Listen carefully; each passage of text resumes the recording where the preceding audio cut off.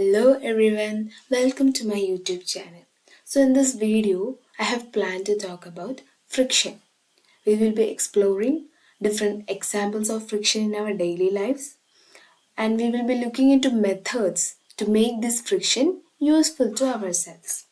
So without any delay, let us start the topic. So as I told you, we will be exploring different examples of friction which we are experiencing in our daily lives. So let us see the first example. So first as you can see, when a matchstick is rubbed against a matchbox. So how we can say that friction is acting here? To understand that, let us take a simple example. All of you take both of your hands and rub both of your palms against each other. What are all of you experiencing? While rubbing your palms, what are you experiencing? A heat is generated, right? So similarly, when a matchstick is rubbed against a matchbox, a heat is generated due to friction between the two surfaces and fire is generated. So here friction is very useful to us. The second example is holding an object. Now how holding an object and friction are related to each other? Of course, by holding an object, our hand and the object is in contact with each other.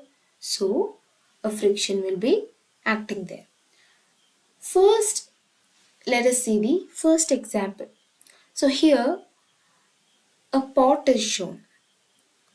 So, will you be experiencing any difficulty in holding a pot? No, holding a pot is very easier. Now, if I give you a glass instead of a pot, it will be slight more difficult compared to the pot. Now again what will we do is that we will apply oil around the glass and we'll try to hold the greasy glass. What will happen? The glass will fall from our hands. So what can we understand from these three examples? The pot, the glass and the greasy glass. Here oil is a factor. So oil is trying to reduce the friction. So if friction is reduced, we are not able to hold an object, it is falling from our hand. So what is the meaning of it? To hold an object, a friction is required. I hope everybody is clear about it. Next example, walking along a road. While we walk along a road, what all surfaces come in contact with each other? Our foot and the surface in which we are walking. These both surfaces are coming in contact. So of course a friction will be there. In the first example, a oily surface is shown. So if we walk in an oily surface, I want you to think about it. If you walk in an oily surface, what will happen? You will slip. Now you see the second example. The person is walking on the floor very easily because the floor is slightly rough. In the third example, what will happen? If we stamp on a banana peel, what will happen? We will fall down. What is the reason for falling down? Because the banana peel will act similar to the oil. That is, it will reduce the friction between our foot and the surface in which we are walking. So friction will be reduced and we will not be able to walk. So to walk along a road, friction is very essential. The fourth example is what you can see in the figures. Vehicle is moving along the road. So when a vehicle is moving along the road, what all surfaces are coming in contact with each other? The tire of the car and the road. The tire of the car and the road are coming in contact with each other. So a friction will be generated and this friction is useful to us. Now I want you to think that if friction is not there, will the car be able to stop when we apply a brake? When we apply a brake in the car should stop. So the car is stopping not only because of the brake but also because of the friction. Now, to cause this friction, what are we doing in the tires? You see the third figure. We are creating markings in the tire. Now you understand why we are creating markings in the tire, because to increase the friction between the tire and the road. So when a vehicle is moving on the road, a friction is acting. Fifth example is when the machine parts rotate. How a friction comes when the machine parts rotate. When the machine parts rotate, of course, many parts will come in contact with each other. So, I wanted to recall the first example which I stated, rubbing the palms. So, when we rub the palms, what happened? A heat generated. So, here also, when the rotating parts are in contact, a heat will be generated due to the friction. So, when heat is generated, the fuel we are using to run these machines will be decreasing. So fuel will be decreasing because of the friction between the rotating parts. So is fuel loss a good thing for us? No. So here friction is causing a negative impact. So we saw five daily life examples in which we are experiencing friction on a daily basis. Based on these uses, the friction is divided into two types, beneficial and non-beneficial. As the name, what is the meaning of beneficial friction? Beneficial friction are those friction which will give us some benefit, and the non-beneficial friction are those which will give us negative impact or will not give us any benefit. We saw some frictions which are giving us negative impact in the previous examples. Now let us see some more examples and try to classify those examples to beneficial and non-beneficial friction. So let us see first example. This was the first example we saw in the previous slides, that is striking a matchstick on the side of a matchbox. So what happened while doing this? Heat was generated and a fire was generated. So is this fire a benefit or a negative impact to us? It is of course a benefit to us. So striking a matchstick is a beneficial friction. The second one is wear and tear of machines. Now what is the meaning of wearing and tearing of machines? That is causing of scratches in the machine. Now, as we saw in the previous example, we saw some rotating parts of the machine. We told that these rotating parts are causing heat and are causing fuel loss. So, while continuously these parts are working, these parts will get scratches, or scratches by what we mean wears and tears. So due to friction here, wears and tears are coming in the machines. So it is a non-beneficial friction because it is causing a negative impact to us. Third is ability to hold object. Now here what example is shown for that? A person is holding a camera. Now what all surfaces are coming in contact with here? The hand of the surface and the camera is coming in contact. So a friction is there and we are able to hold the object. So it is a beneficial friction because here what benefit are we getting? We are able to hold different types of objects. Let us see next. Next is walking on the floor. We saw this example in the previous example. There we saw that our foot and the surface are coming in contact and a friction is there. This friction is helping us to move forward. Next is treading of tires of vehicles. What is treading? We told that a friction is there between tire and the road. The tire of cars and the road, a friction is there. So, for the smooth running of the car and the stopping of the car, we are creating marks on the tires to increase the friction. These marks are called treadings.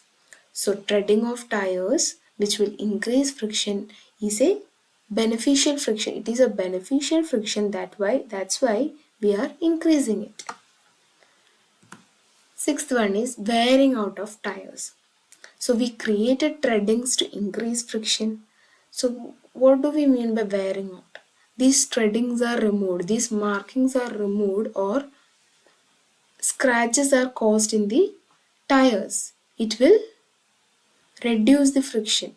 So it is a non-beneficial friction because when it will it will reduce the friction, so it is a non-beneficial friction. Next is fuel loss. As we talked in the previous examples, we talked about the rotating machine parts.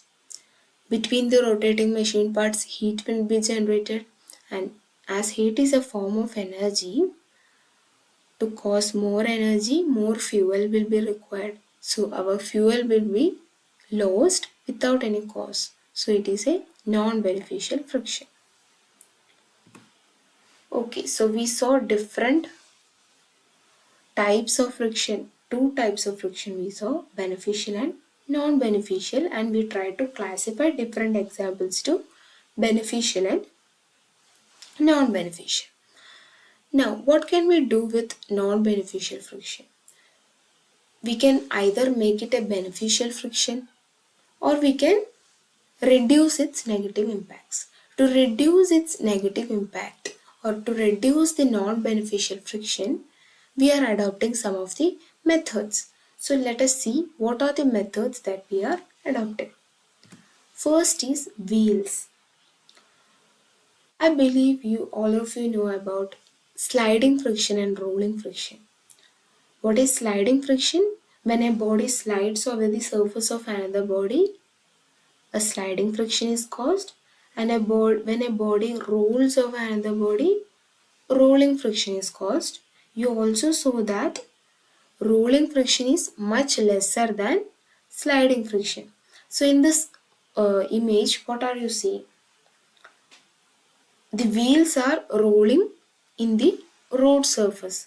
So by that, a rolling friction is generated. This rolling friction is in reducing the overall friction between the tire and the road. This is the first method that we are adopting to reduce friction, that is we are using wheels. Second is ball bearings. What are ball bearings? As you can see in the figures, ball bearings are those things which are used between the parts which are coming in contact with the rotating parts, as you can see in the third figure. Between the rotating parts, ball bearings are kept. Now, by using the knowledge of previous figure, can you say why are we using ball bearings? We are using ball bearings to convert the friction to rolling friction or convert the sliding friction to rolling friction. Why are we converting to rolling friction? To reduce the overall friction. Next is streamlining. Now, what is streamlining? Streamlining is the process of changing the shape of an object to reduce friction. Here we are seeing the methods to reduce friction. So of course streamlining will be related to reducing the friction. So here what example is shown? An example of a fish is shown. Now what is the shape of a fish?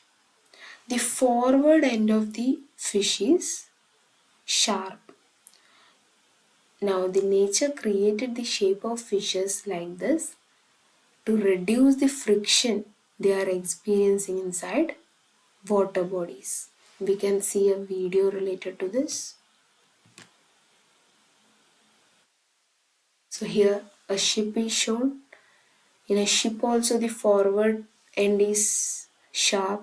Also in an aeroplane the forward end is sharp. Why in an aeroplane the forward end is sharp? Or what is the use of streamlining in aeroplanes? To reduce the friction the aeroplane is experiencing in the air. Next, as the case you saw the image of fish, you can also see the video. The fishes are designed like this to reduce the friction they are experiencing inside the water body. The fourth methods we are adopting to reduce friction are lubricants. Now what are lubricants? As you can see in three of this example. The first example is using of oil in the cycle chains. Now you know that why are we using oils in the cycle chains? We are using it to lubricate it so that the movement of cycle becomes much more easier. In the second example, grease is used in the rotating machine parts. Why are we using grease? To reduce friction that is caused between the rotating parts. In the third example, which you will be more familiar, the powder that we use in the carom board. Why are we using powder in the carom board? To make the movement of the coins easier. So if movement becomes easier, that means the friction is reduced in that case. Also in the pulleys of the wells, we are using lubricants. You can see the video in this. In the pulley we are using oil so that the movement of pulley becomes easier. Also in the machine parts we are using lubricants. The fifth method is by polishing the surface. By polishing the surface, what are we doing? We are making the movement of, here as you can see in this example, in this polished surface, the movement of this block becomes much more easier. Why? Because by polishing the surface we are reducing the friction caused between the moving object and the surface. So these are the 5 methods that we use to reduce friction. What are they? Polishing the surface, lubricants, streamlining, ball bearings and wheels. So I want all of you to keep these examples in your mind so that recalling it will become much easier. We saw 5 methods. Now we can end this video by doing a follow-up activity. After you explore all these things, I want all of you to search some more examples in your daily life where you are experiencing friction and you try to classify them to beneficial and non-beneficial friction. You can post your doubts in the comment section and you can like, share and subscribe to get more videos. Thank you.